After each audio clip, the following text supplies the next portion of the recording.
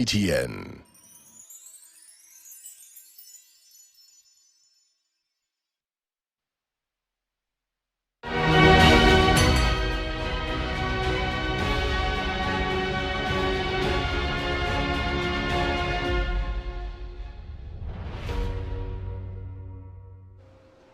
Good evening and welcome back to continued coverage of the June 25th anniversary protests. The demonstrations were meant to be peaceful, with citizens voicing their concerns and demanding change. However, the events that unfolded today were marred by reports of police using excessive force, despite assurances from law enforcement that they would facilitate peaceful protests. Looting and destruction of property was witnessed in different areas in the country, and not forgetting the suppression of the Fourth Estate by government in a bid to stop the live broadcast of the protest.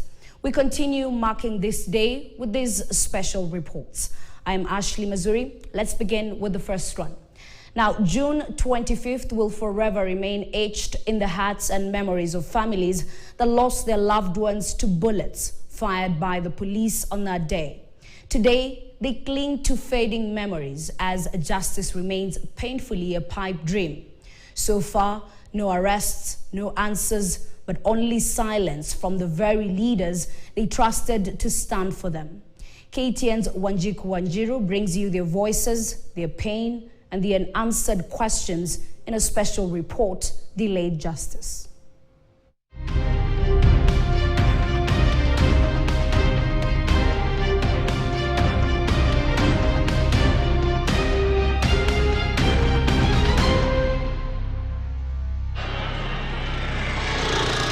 In Kenya, June 25th, 2024 is a constant reminder of shattered dreams, silenced voices, and justice never gotten. It marks the day when young people took to the streets with hope in their hearts and fire in their voices. Some never made it home.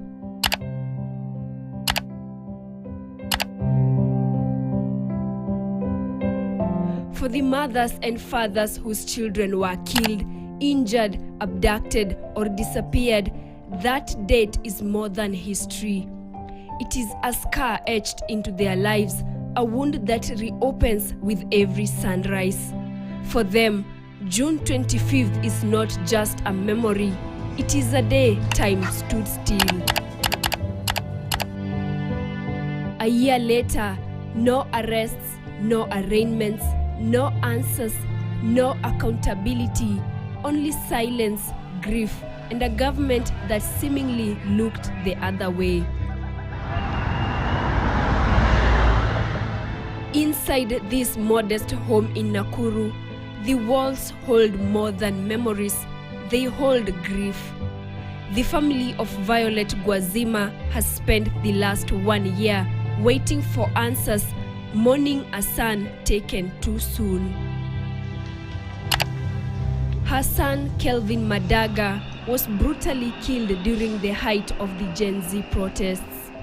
Kufika mochari, niliona maajabu. Nilipata kijanangu, amekufa. Ameshutiwa kichwa. Nikauliza mwenye anakaa pale, nauliza aje, huyu kijana alipatikanaje hapa? Akasema, unajua huyu kijana alileta hapa asubuhi, alikuwa ICU, amekufia ICU. Kuna polisi ambaye alimbeba akapeleka Medi na wakapeleka ICU, hakuwa anaongea. Nilichoka. Gwazima recalls the many struggles she has faced raising her 3 children alone after losing her husband years ago, only to endure the unimaginable pain of burying one of them, not taken by time but by 3 bullets. Sasa hao watoto nimelea katika shida. Napika chakula, kutembeza, niuze, nikasomesha watoto, wamemaliza shule, wameshutiwa na serikali. Nifanye nini? This left the family with a wound that bleeds every single day. As the saying goes, only a parent truly understands the pain of losing a child. For Gwazima, the pain runs deeper than words. Nilizika mtoto kama kichwa hakuna. Mtoto wangu alikufa kama sura hakuna. Naona kaka Kevin ameacha shimo ingine hapa. Huwa hata nikiamka asubuhi najiuliza Keva alienda ama yuko tu mahali utarudi. But narudi namaliza tu kama yuko juu. Every day nikiamka ni picha huwa nakutananga naye kwa ukuta. Naenda naangalia huyu mtoto wetu kweli alienda. Kevin alikuwa kila kitu kwa hii boma.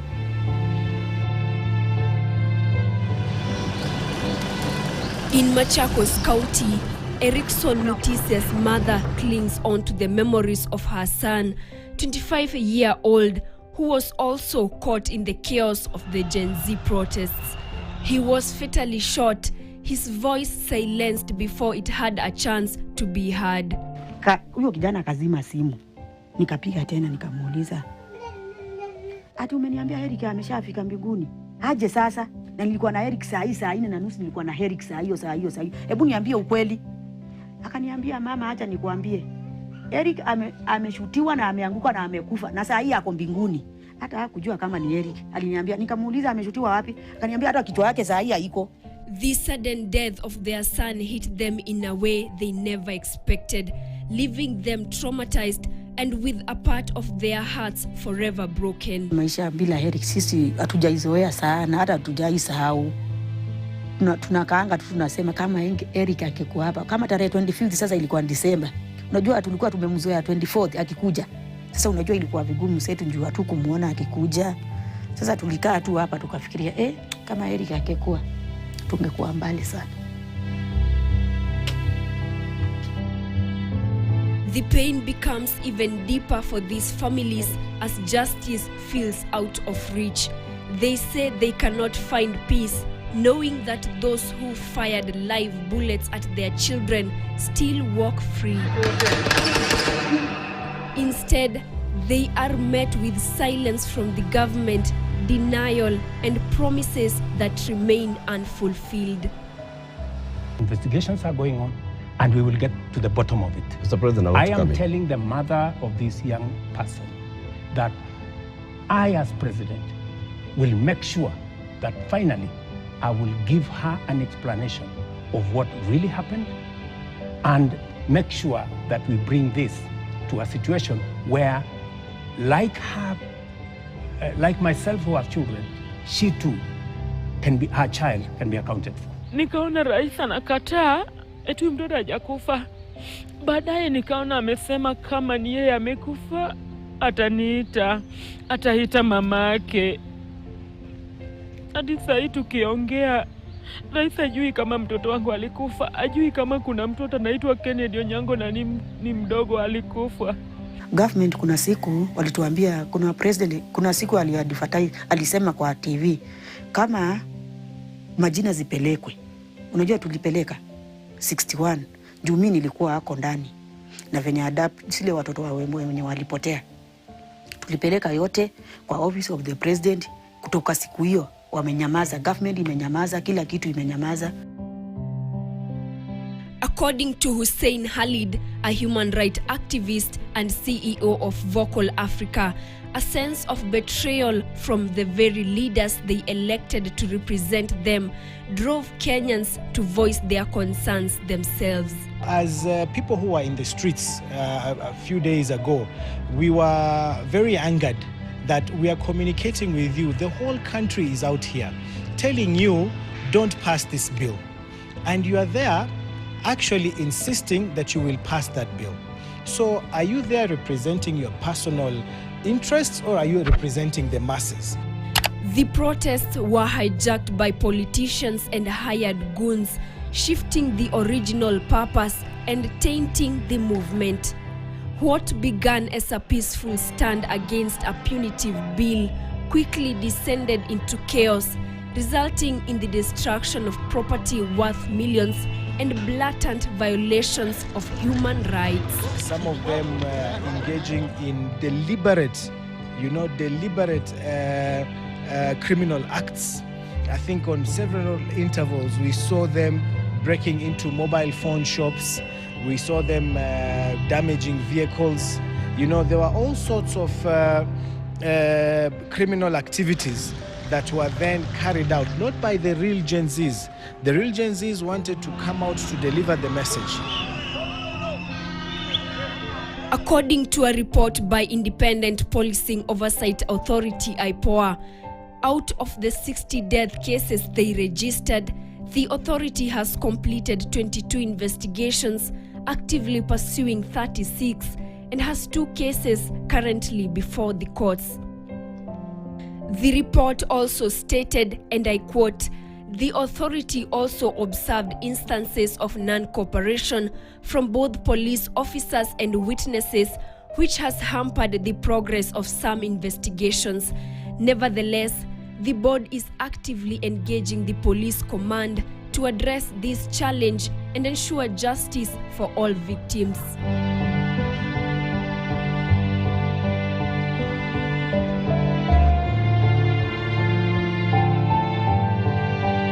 This remains the only communication these families have received from authorities since they recorded their statements with IPOA nearly a year ago.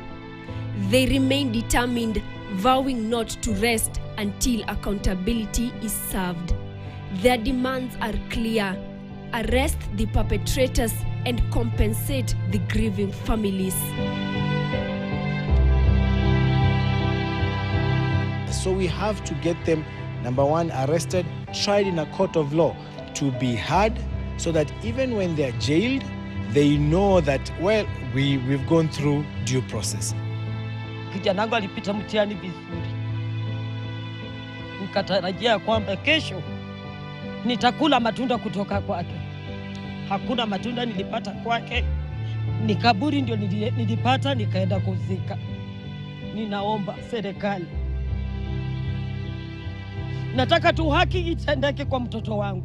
And compensation is not about money, or it's not about, you know, thinking that, you know, you'll bring that person back to life. No.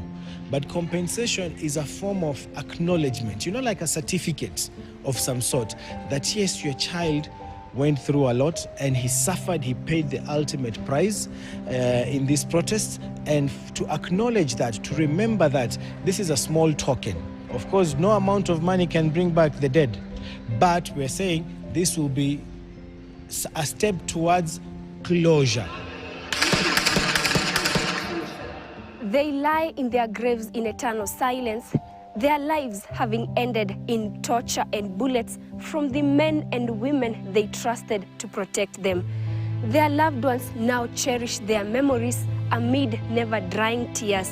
For these families, the quest for justice remains raw and a bitter path to walk. After all, heroes are created by hard times. Wanjiko Wanjiru, KTN. Officer, why? You are dead of my father. What have we done? What have we done? Act on this police officer.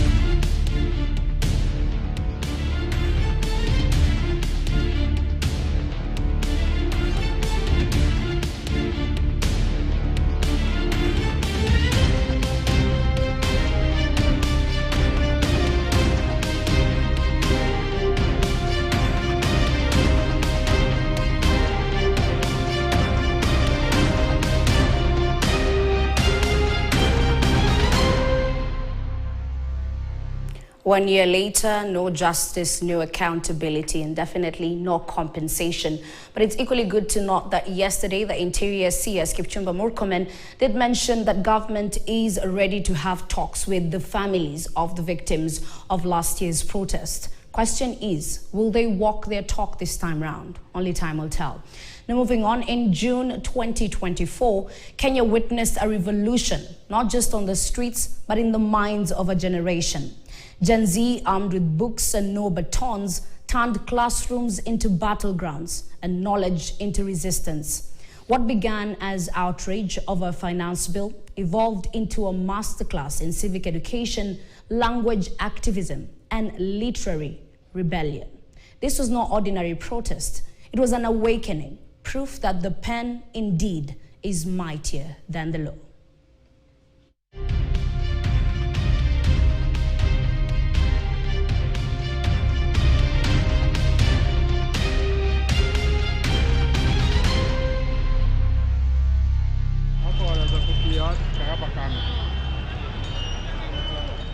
When the Gen Zs took to the streets in June 2024 to protest against the finance bill, it was more than just a spontaneous social media revolt. Behind the placards, chants, and hashtags lay a deeper foundation: education. From civic knowledge gleaned in classroom to the critical thinking shaped by literature, this protest was a living classroom, and Kenyans' youth were both the students and the teachers. At the heart of this Gen Z-led maandamano was a burning question: what kind of future is being handed to the next generation? And perhaps more importantly, what tools are available to change the status quo? We have to wake up and we have to do something about it. Njoki is one of thousands who turned their classroom into protest lines. For her and others, civic education wasn't abstract. It was a tool, a weapon. For me, nimefanya accounts. I don't know anything to do with law. So mwenye amefanya law anaweza kunitranslatea like this bill comes this way, and it's going to affect me in this way, in this way, in this way, in this way. Again, the mobilization ilikuja collectively because people understood like, okay, this is not ours. This is not for us. This is for them. Njoki's defiance echoed across campuses, on X threads, in protest poetry and TikTok videos. Finance bill ni ya kuga uria thirikari. Mabadiliko yenye athari kubwa ni ongezeko la ushuru wa For this generation, civic education was no longer confined to government syllabus chapters. It was a lens through which to critique power and demand accountability. Echesa Walubenga, an educationist and policy analyst, views the protest as a turning point in Kenya's civic literacy. He describes the Gen Z protesters as a uniquely literate generation, digitally fluent, socially aware, and politically alert. They knew their constitutional rights. They cited the Public Finance Management Act, and they interrogated the bill clause by clause. That's not just passion, that's education in motion. They have been exposed to different forms of governance. They know bad governance, they know good leadership. They know how reforms have been undertaken in the wake of bad governance. Not because they have been physically in these settings, but they have been exposed to these settings by way of literature. But even knowledge has barriers. The 2024 Finance Bill, dense, legalistic, inaccessible, alienated many until language stepped in. One of the most striking aspects of the protest was the widespread dissemination of the finance bill in local languages, as different people came together to translate this piece of information. Finance bill ka oo rekendan ay ka bananbaxayaan dadka banaanka ay joogaan mandamanaga arkisin. O mudo o wothe ni afati kumenya maundu ma thirikari. Mojawapo ya mabadiliko yenye athari kubwa ni ongezeko la ushuru wa urekebishaji wa barabara. Sani ntie gimoro mar giketo kanyo ni gimedo 800 million. Iwinjo. Ma gidwa wacho nwani gidburo timo godango. 800 million. Magonga Williams, who translated the 2024 finance bill in Luo, insisted the moment people could understand, they could care and they could act. All these people translated the finance bill and raised the contentious issues in that bill into our own vernacular, our own mother tongue, and the message, spread and disseminated and cut across class boundaries and all those things. Then there was legitimacy and uproar across the country.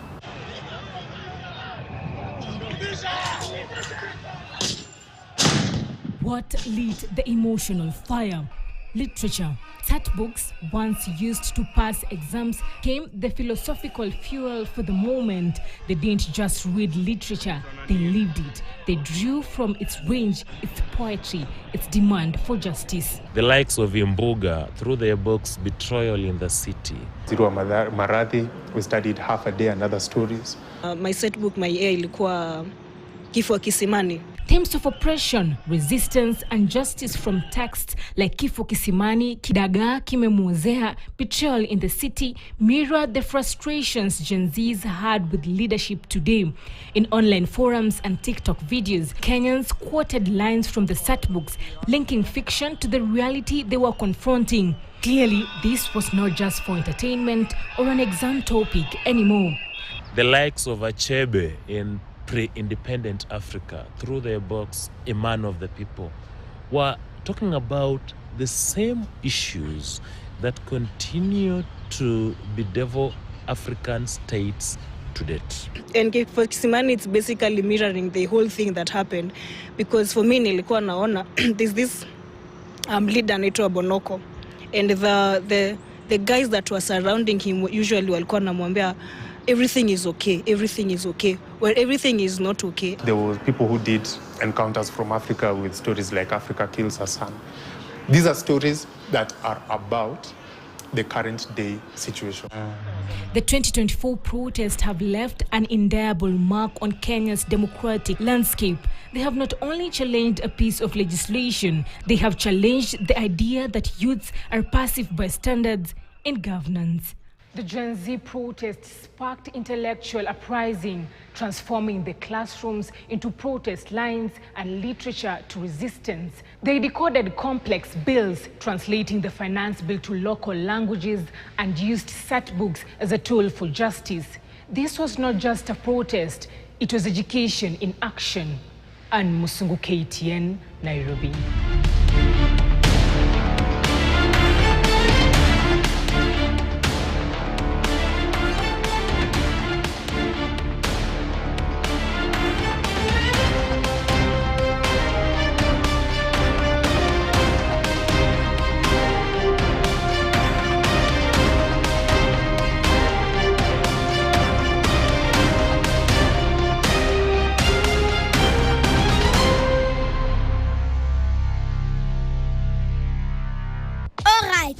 Listen up. Colgate is on a mission. It's kind of a big thing. Colgate Herbal uses traditional nature's herbs and combines it with Colgate Science for healthy gums and strong teeth. New Colgate Herbal with Salt combines traditional nature's herbs with a pinch of salt and Colgate Science. A natural recipe for strong teeth and healthy gums. Introducing the Smarter Bundle. Bundle imetosha. 30 GB monthly data, yani 1 GB daily. 400 minutes talk time to any network and free Airtel to Airtel. 100% rudishiwa on Airtel money transactions, bank to wallet, pay bills, and agent withdrawals. Subscribe to the Smarter Bundle today. Dial *544# or visit My Airtel app. Airtel Smarter Bundle. Browse, chat, call. Airtel Money. Airtel, a reason to imagine. Can we understand an unspoken language? Itaweza sema habari ya asubuhi. Can it be a way to savor each moment? Sisi tunajua it can start lifelong stories. Be the center of celebrations and so much more. The more the milk, the better the chai. Chai kweli ina Brookside Dairy Best.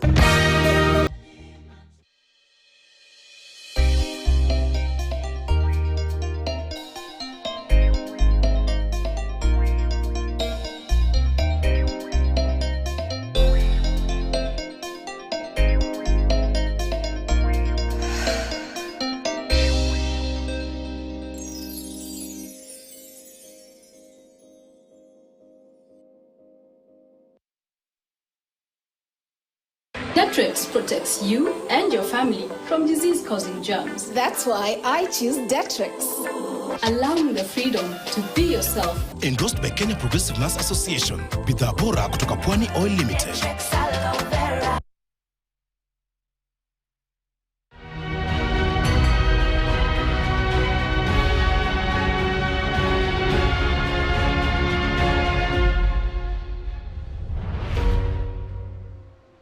Welcome back. Now, 1 year ago, Kenya witnessed a protest like no other.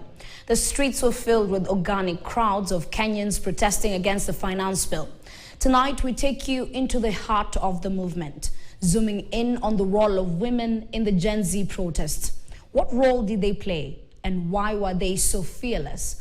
Well, just to update our viewer, that we'll be bringing you detailed report of today's events after this special story done by Aguturosa. As chants rose, tear gas filled the air on the streets of Nairobi and different parts of the country. It was a protest like no other. Women of different ages were out there fighting. The fight was not just against the finance bill and taxes. It was for their dignity, fear, and years of pent-up anger. It was a fight to be heard. Women had decided to no longer be victims of bad policy, and so mobilization was done. Social media played a big role. X hashtags, TikTok reels, WhatsApp statuses, Facebook posts and Instagram stories, reels and Instagram lives.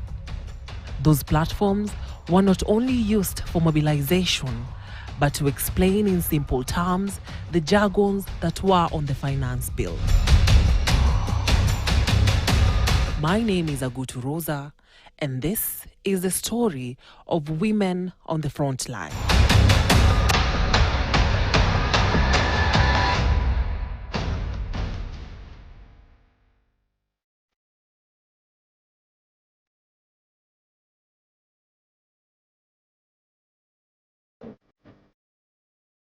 The June 2024 demonstrations were different. Young people came out in large numbers from different demographics. Some walked, some used public transport, while others used private means. Some leaders condescending words aggravating the anger. Wale wengi unaona wakiandamana Nairobi wameshika simu ya iPhone, wanajiita Gen Z. Wanafika kwa maandamano na Uber. Wanatoka maandamano wanaingia KFC kukula kuku na minofu. Yet, some stood by the angry population. We meet activist Njeri Mwangi at her home, who was part of the protest. It felt like the tide rose with everything that we've been fighting for. And finally, everyone could see and could feel the need. And people rose to it to fight for themselves.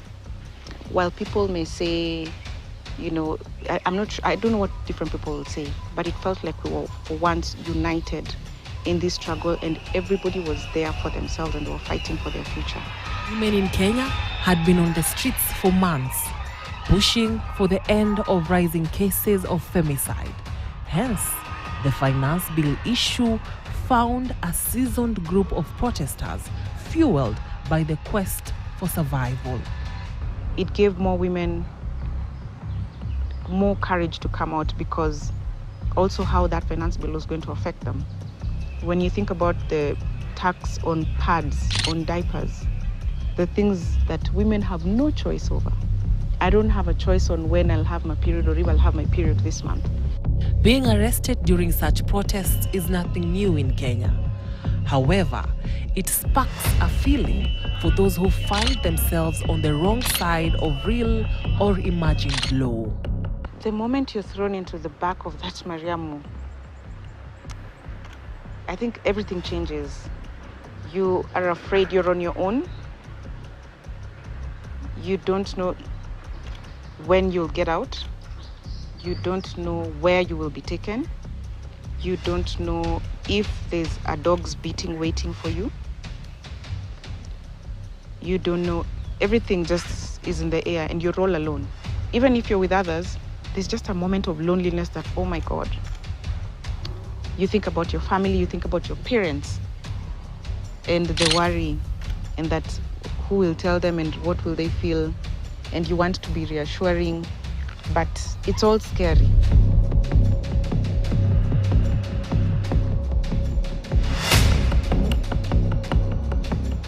Anita Barasa is a 19-year-old activist. She became famous when she shared a video asking veteran politician Raila Odinga to stay at home and let the new generation represent him. Agwambo, this is a message to you. Usitoke, don't come. Agwambo, please stay at home. We saw your efforts, okay? We saw everything that you did for Kenya. Now let us. We miss you, but Agwambo, please don't even come outside. Don't come outside.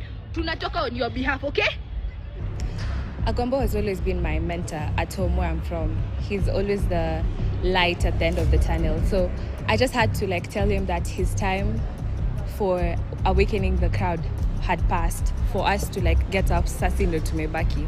So we had to do our job, and I had to say something because no one was saying anything. So yeah.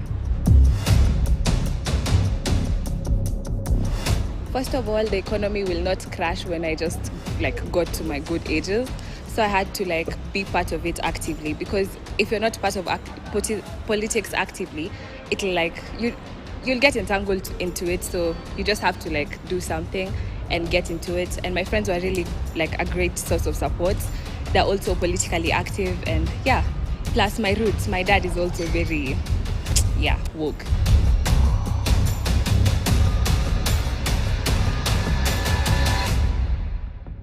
First of all, before all these demos happened, I was a social media creator. So I had to bring whatever is happening in the country to my safe space, which was TikTok. And for my people who follow me there, they had to, I like to think that my community thinks just like me. So I had to bring it up on social media to push the agenda and maybe see if people are gonna come out more, because you can't wait on the news, and probably most youth don't watch the news anyway, so yeah. However, there are dangers that come with such actions, especially for women.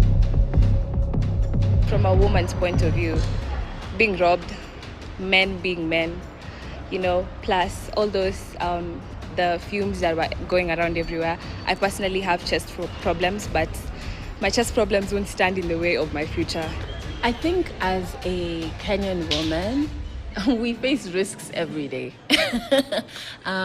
Where we go, what time we get there, how we get there, what we wear, who we go with, you will always ask yourself, will I be safe?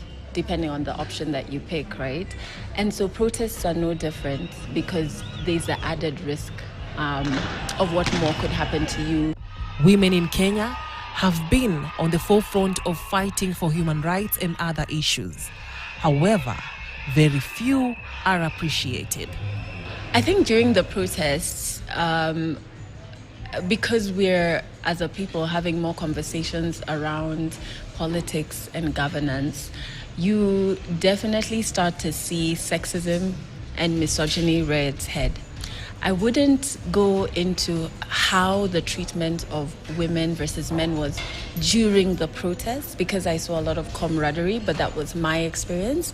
But then if you look at digital platforms, and when people are calling out, as they rightly should, different members of parliament who happen to be men, one of the number one insults you'll see is that they'll tell them they're women, or they will Photoshop their photos onto a woman's body, as though to say being a woman is an insult, or the greatest insult you can tell a man. I think Kenyan women don't get their flowers for being at the forefront of all revolutions, not just June 2024. And women show up in different capacities. There are strong ones who are on the front line and are running and throwing back tear gas as well. And then we have mothers camping at police stations trying to demand for justice when it comes to how their sons were treated. For women, the journey to the top has come a long way. There were generations where women could not open bank accounts without a man. They couldn't own land without a man. Obviously, we see different versions of that oppression to date, but there was a time where a woman had to be rounded off to a man for basic survival. And so when I look at older generations of women from that lens, I kind of give them grace. Mimi hata afadhali muniue muache watoto. Yeah, afadhali mtuue sisi wase. Mumetuasia nani? Sasa huyo kijana amekufa hapo, mama yake amewachwa na nani? Demonstration ya watoto wetu, it was peaceful. Awache watoto wetu wa demonstrate na wasikize. Finance bill hakuna kitu inamaanisha kwa hii nchi. Sio hiyo kubwa kuliko sisi, ama sio kubwa kuliko wazazi ama watoto. In 2014, women led a protest with the hashtag #MyDressMyChoice after a woman was undressed at a bus stage by a group of men who claimed she was not dressed decently.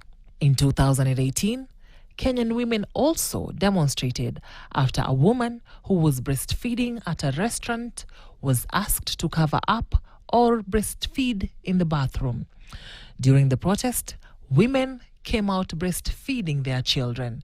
The incident sparked a conversation about the right to breastfeed in public places and the need for facilities to accommodate mothers. In 1999, the late Nobel laureate Wangari Maathai was brutally beaten by police officers for protesting plans to build a golf course on the public land within Karura Forest. The attack sparked international outrage and led to a government ban on further public land allocation. She had previously led mothers of political prisoners in Kenya in a vigil and hunger strike at Uhuru Park to demand the release of their sons and other political prisoners in 1992. During the fight for independence, some women were in the forest with men, braving the cold nights and attacks from the colonialists and their sympathizers. One of those women was Field Marshal Muthoni wa Kirima. Women would pretend to do their daily chores, but would strategically place food, weapons, medicine, and clothes in places where the Mau Mau would pick.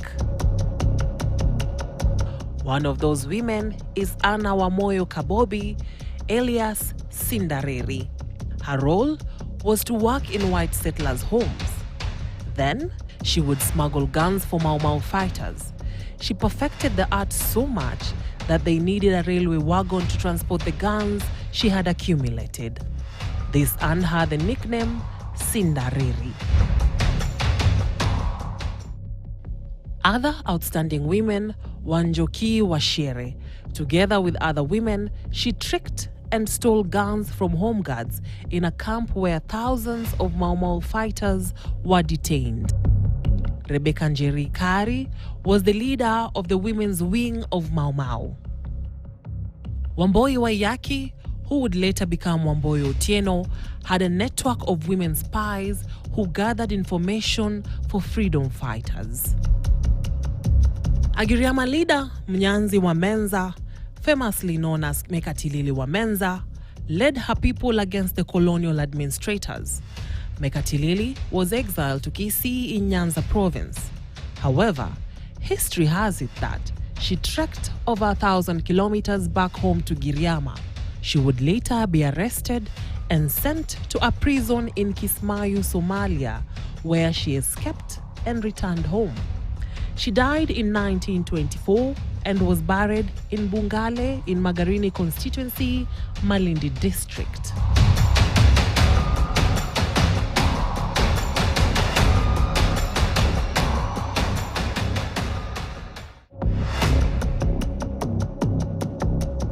Anti-finance bill protests were covered by all mainstream media across the country and internationally. Journalists were on the front line, giving the audience a front row seat of what was happening on the streets. However, part of this work came with its fair share of trauma. Marianne Muganda is a reporter at the Standard Media Group. She had covered several protests before. However, this one was different. As a health reporter, she was deployed to the first aid sports. When I left the office, I was more than psyched. Like, oh, I am a Gen Z going to cover the protest, and then me in my white, black t-shirt, sweatpants, and I was like so excited that I'm going to be part of something. But even though our editors reminded us that I ought to be a journalist first, so I was eager and looking forward to it until I got there.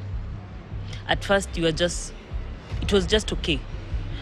People were marching, people were chanting, people were singing. As a health journalist, for me, I was sent on the section of Jamia Mosque where the doctors and the first aiders were. So I had to be there with them. It get me to check our main aim, our main job that particular day was to check the injured, how many, is there any person who has passed away, how fatal are the injuries, the ambulances coming in, how many people they are taking in and out, you see, and the bullet. Actually, we were supposed to, mostly because we knew how this country can get, we were recording bullet fatalities. As time went by, things were just getting ugly and uglier because police were seeing that this place, people are converging to be treated, to be done for first aids, to be taken care of, given water, those who are fainting and all. And the next minute, police themselves are also dispersing. Sleeping wasn't part of it. You just have to stay awake and be like, but for the rest of the days to come, I didn't want to come near anything to covering mini protest. I told myself I'm not going to. She adopted a new way of coping. We are now just listening to stories of parents whose children were killed during that particular time. Now we have to listen to their stories because we have a choice. We have to report and write about their emotions. But you as a person, you have to be there and listen in and be like, and just offer what you can, which is sympathy.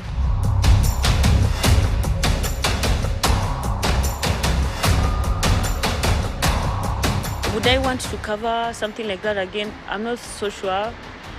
No, I don't think so. Will I want to be on the sidelines when it comes to it? Yes. But cover it? No. I think I've not still yet grown tough skin for something like that. Maybe doctors' protest where it's at least somehow neutral and peaceful. That one I would. But this one? Chebet Birir is also a reporter at the Standard Media Group. While she did not cover the protests, she did cover the burial of the first victim of the deadly demonstrations, Rex Masai. More pressure continues to mount on President William Ruto and his administration to resign so that justice for Rex and other victims of police brutality can prevail. Chebet Birir, KTN News in Machakos County. And I remember when I was assigned that story, I felt some sort of pain because you can imagine the pain, the amount of pain the parents went through, knowing that your son was killed. He was not sick. And so even when I reached there at the venue of the burial, it was a somber mood, totally unusual somber mood. And I remember there was also chaos because of protesters. There was a lot of protesting around the burial site and outside the school where the burial was happening, and people were demanding for justice. I remember the speeches of the parents. The mother was so bitter, and I remember she actually said that whoever killed Rex should not have peace, should not ever have peace. So you can imagine the amount of bitterness when your child is killed. And being a mother myself, I actually felt that pain. As a journalist, how did you cope? Me as a journalist, you know, they say you separate yourself from the story. But it was not easy for me to separate myself from the story. I'm also a Kenyan. And of course, I feel it when there is brutality meted on my fellow Kenyans. And so I felt bad. Let me just summarize it that way. I felt bad covering the story, seeing the parents sad, seeing the siblings crying. The story took a toll on Chebet because prior to the burial, she had covered two somber stories. One was the Kware murders. There was also, remember the Kware murders where the women's bodies were dismembered.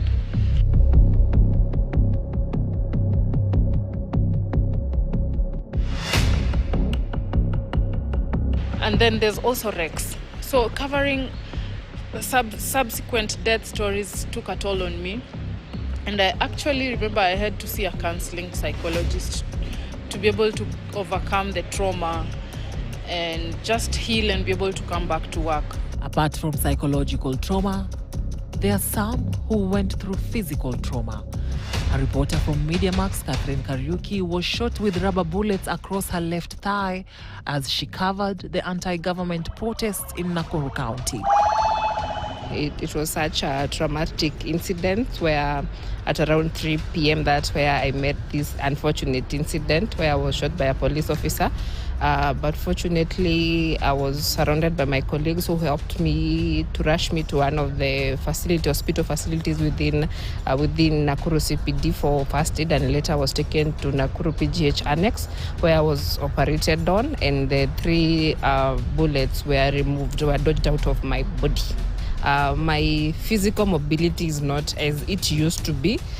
You can actually tell that I have had some injury, but that has not triggered me from to do my day-to-day activities. Now, when it comes to my mental health, it's a challenge almost 1 year down the line, because it's a process, and the fact that I'm still in the surrounding that incident happened. It takes longer to accept the reality, but I'm trying my level best, still going through my sessions with my psychologist, and I believe it's one step at a time, and eventually I'll get there.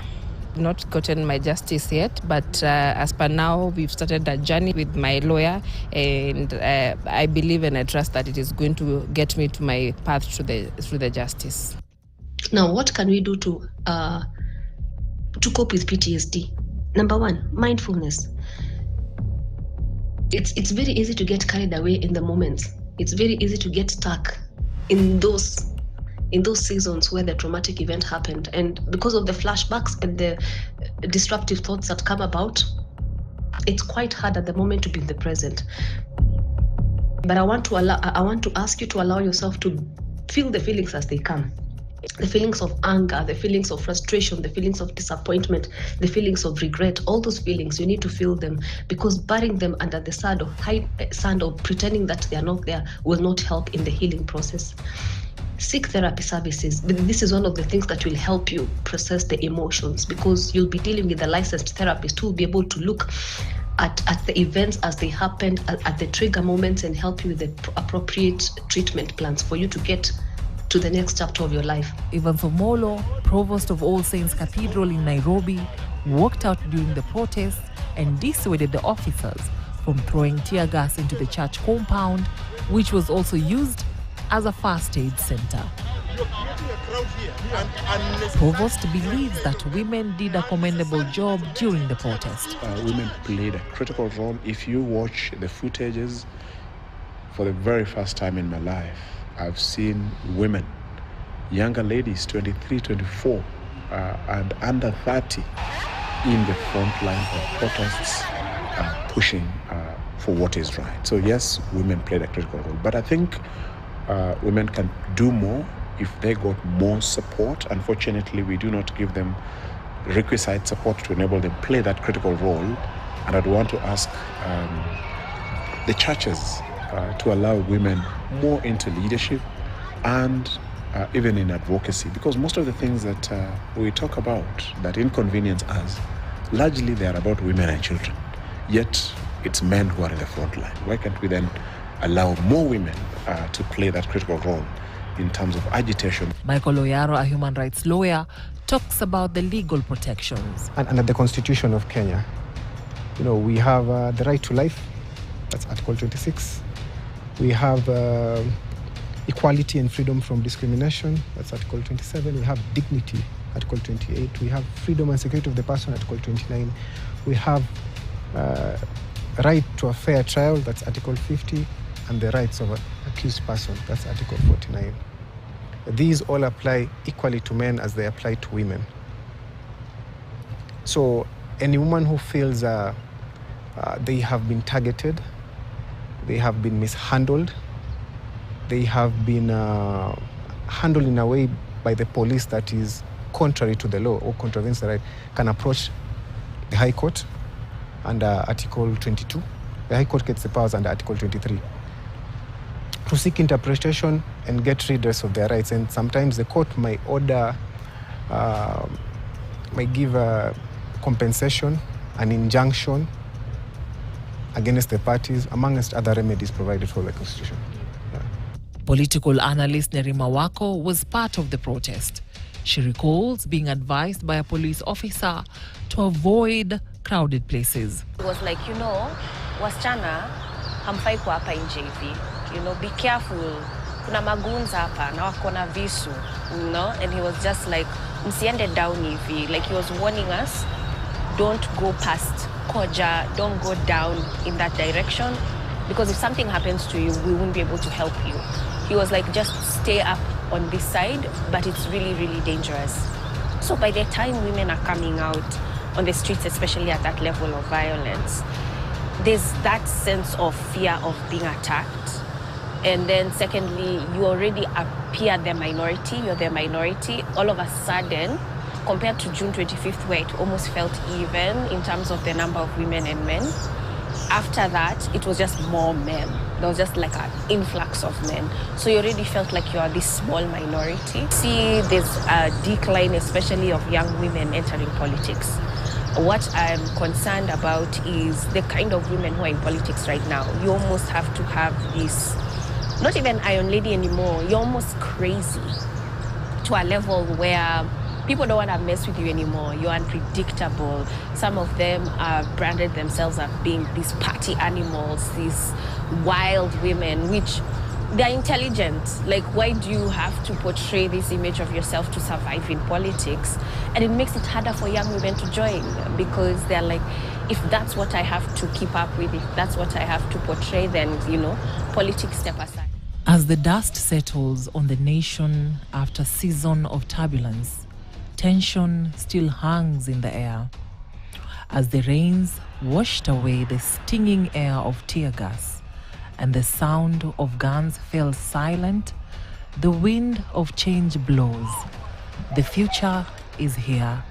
We all feel it in the air. As families that lost their loved ones in the protests mourn, a nation waits for answers. And as history of this nation flips into a new chapter, the story of protests of 2024 is hereby written in blood, sweat, and tears. As names of those who stood on the forefront of calls for change and justice shall be called, women will stand tall, for they were strong, unapologetic, and yes, women of steel. Agutu Rosa, KTN.